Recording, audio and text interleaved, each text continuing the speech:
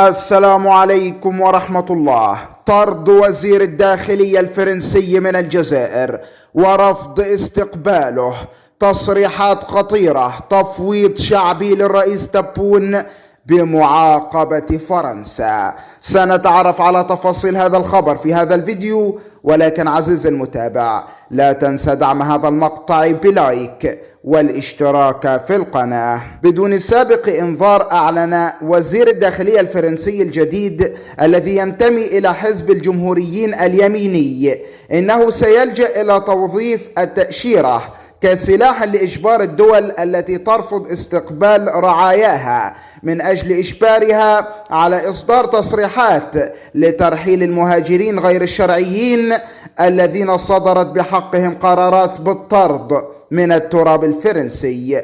وفي تصريحات خطيرة على قناة LCE الفرنسية تهجم على الدول التي رفضت إصدار تصاريح قنصلية من أجل استقبال المهاجرين، من بينها الجزائر التي رفضت إصدار تصاريح قنصلية، بل وأرغمت فرنسا على إعادة طائرة محملة بالمهاجرين من الجزائر إلى باريس، وذلك إلى أبعد من ذلك عندما هدد باللجوء إلى قرارات أخرى، حيث قال الوزير المتطرف بالحرب إذا امتنعت دولة ما فلا ينبغي لنا أن نتردد في زيادة الرسوم الجمركية على المنتجات التي تصل إلى فرنسا، فغالبا ما يؤثر ذلك أكثر من أي شيء آخر. فرد قائلا: ليس لدي محرمات، إنها اتفاقية غير متوازنة